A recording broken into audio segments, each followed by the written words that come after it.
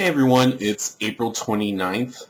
I am Juanito, your Thursday vlogger, and it's official about that too. I don't know if you saw in the intro, but it says Juanito. So what an exciting week. We have a new vlogger, Natalia, that started this week. We have the lineup changed, so now we have the girls at the front of the week. We have the Papi Chulos at the end of the week. And we have a great viewer question this week. What more can you ask for?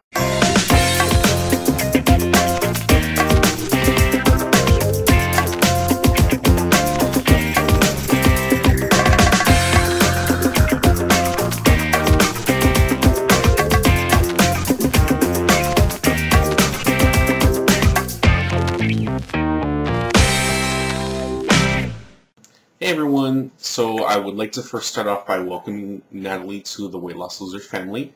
Welcome Natalie, I am super excited that you've joined us and I can't wait to see what you have to offer and your phenomenal videos.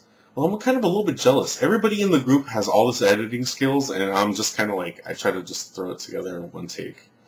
So, alright, let's go on to our topic this week. We have a viewer submitted question and we're talking about losing weight while sharing a fridge with family and being in a family environment. And I'm trying to group my thoughts on this video because my life has changed so much. You have your life of when you were younger, living with family and what your experiences there. And then you've gone out on your own and you lived by yourself maybe, and then I've lived with roommates, and now I'm living in the house I lived with my family with my sister now. So kind of all over the place, and I'm trying to kind of organize that thought. I have to start off by saying I've grown up in a Latino family like Al. Food events are centralized around the food. Anytime there's a party or anything, we're talking about massive amounts of food, a huge bandeja, a tray like this big of, lechon, which is pork marinated, and, rice and beans and, all this great tasting food, and huge amounts of it. And, it's funny because Latino families pride off, especially for the guys, you pride yourself off of how many times you can go for seconds and thirds, and there would be competitions. I used to compete with my uncle and my cousin. I'm like, I'm on my third plate and your stomach would be sticking out to here, and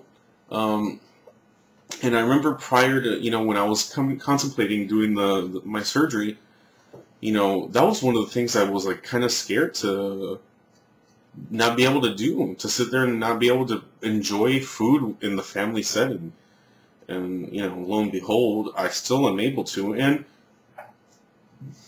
in the end, the family gathering, the happiness of that moment isn't centralized around the food, it's centralized around being around your family.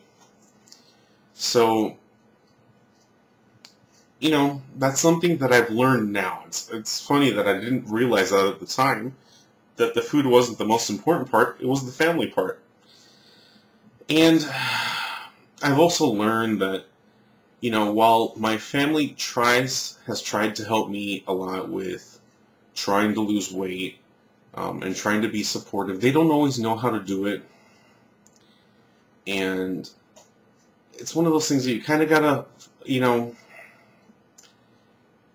for the most part, your family loves you. They want the best for you. You gotta forgive them. You gotta give them that leniency to say, okay, I know you mean good, but I gotta do what's right for me. And as long as you try to communicate with that, I find that, most of the time the family is pretty receptive to that. And in my family, there's a lot of us that are like trying to lose weight or understand having had to lose a lot of weight. So there's sympathy towards that, and nobody would, hold that against me if I'm saying, okay, I'm sorry, I'm not eating, the flan that you brought over because it's God knows how many calories. This is flan with caramelized sugar on it, So that's eating with the family. Now, in regards to the fridge, right now, like I said, it's just my sister and I, and for the most part when I buy groceries, I buy for the house. It's for everybody, and I try to eat relatively healthy. I try to eat at home, because home cooking in general is just always going to be healthier, as long as you're buying good stuff and you're making it yourself. And I'm trying not to eat out. Fast food kills me, and it still like affects me now. So it's been like the Achilles heel in my weight loss journey. Damn that Taco Bell. But you know, for the most part too, my sister is trying to do the same. So a lot of our stuff kind of lines up. Some of the stuff she buys and is just stuff that she will like. So, you know, there's not a lot of struggle, I guess, right now in the fridge, other than that maybe she'll buy something that I like and I'll eat, and she would have wanted, you know, she'll tell me, she'll be like, this is for me, please don't eat it all.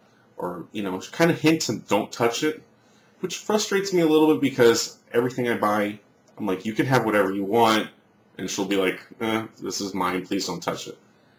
But, you know, it's family, what can you do? She helps me out with a tremendous amount of other things, so you gotta love her.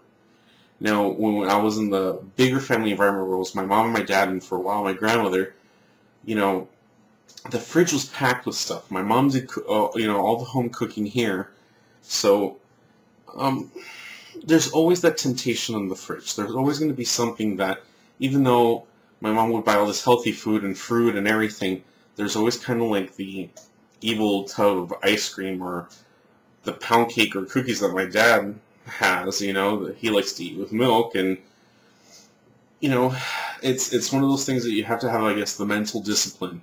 And like was discussed, you know, by Nellie earlier this week, you're in control of what you're putting into your body.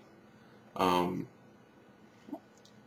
that's one of those things that is super difficult to deal with. And I know prior to the surgery, I would give in easily.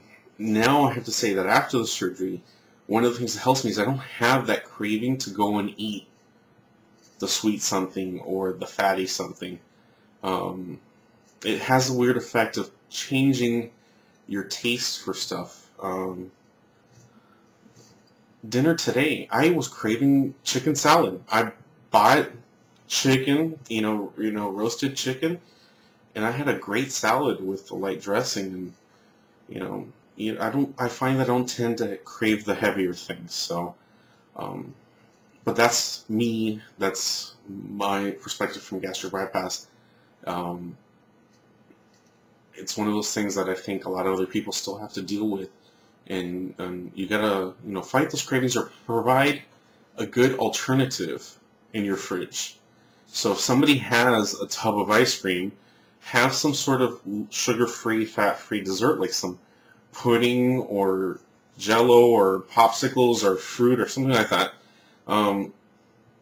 And if you don't know a good alternative, ask us. I mean, I have tons of recipes. I have chocolate banana parfait. I have, you know, sugar-free, fat-free chocolate pie desserts that you can do that when I was prior to my gastric bypass, that I helped create alternatives so that I had a good option. So, anyways, I think this summarizes pretty much. I think I covered all the topics there. So, I hope you guys got something good out of that. Anyway, stay tuned tomorrow for Jason, your Friday vlogger. I hope everyone is having a great week, and much love.